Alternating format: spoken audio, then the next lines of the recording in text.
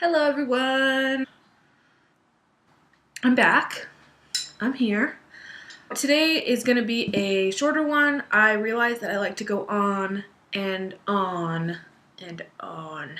The topic of the day is going to be my top 6 comforting TV shows and also my top 6 comfort movies.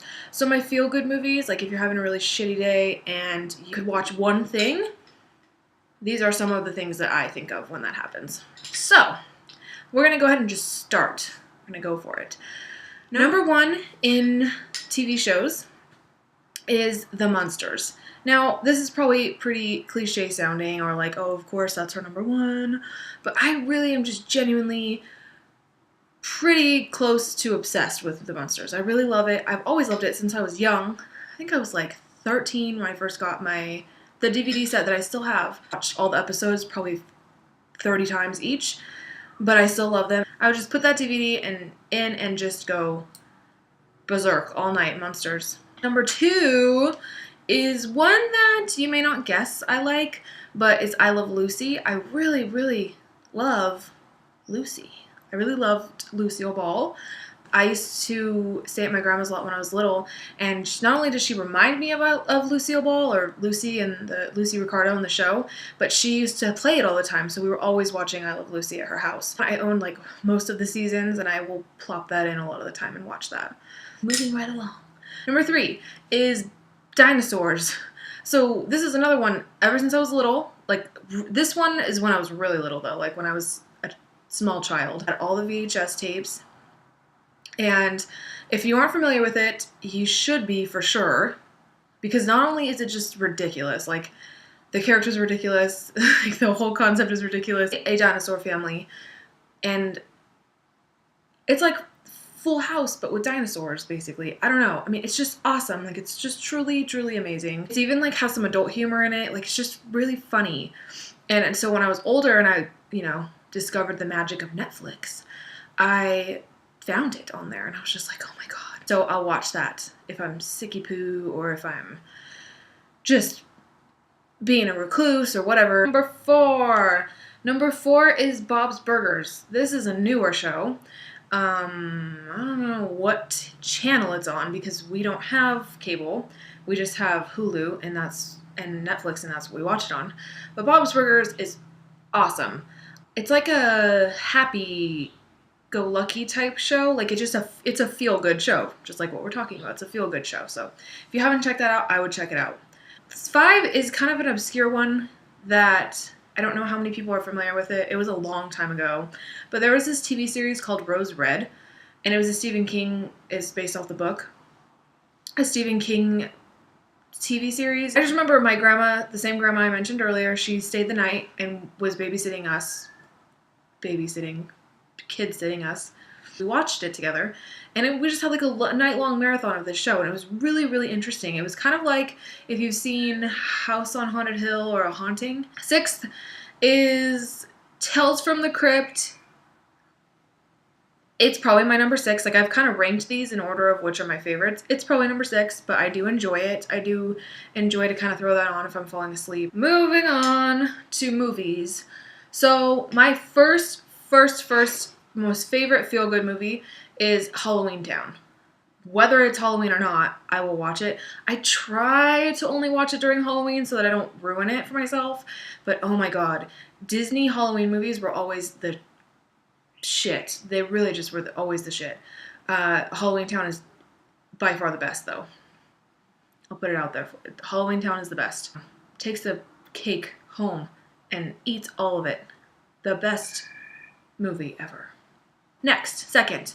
The second one is the first Halloween movie.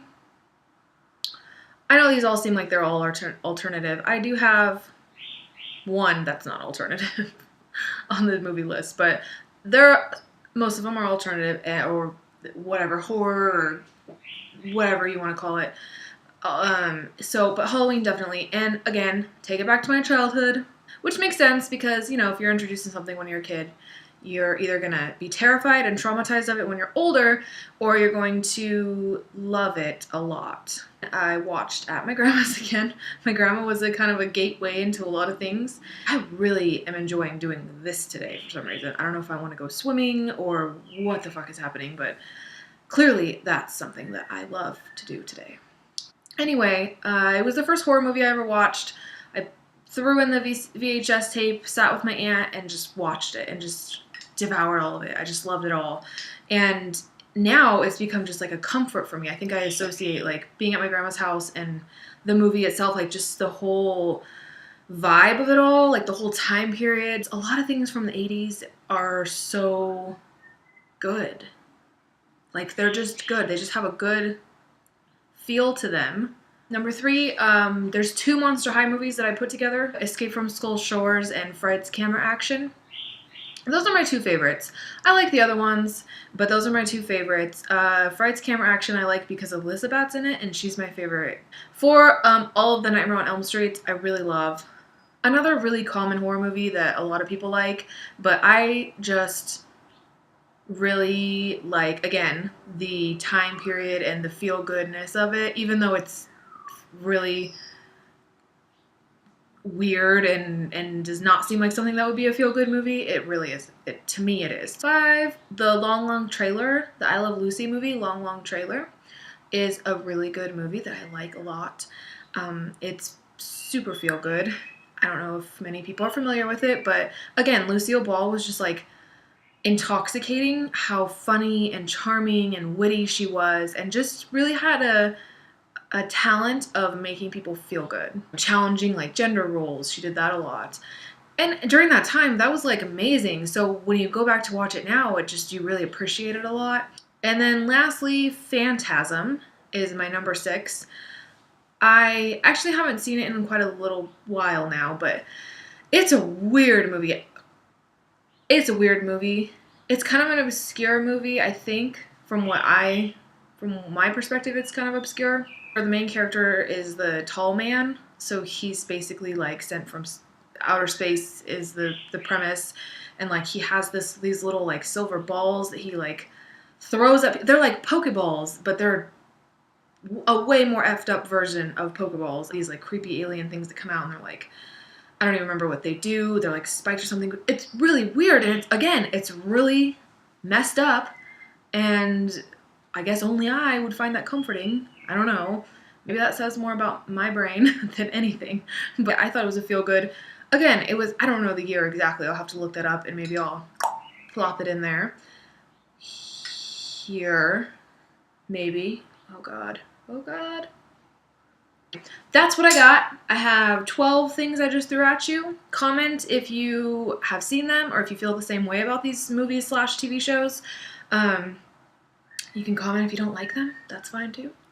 I will see you guys later.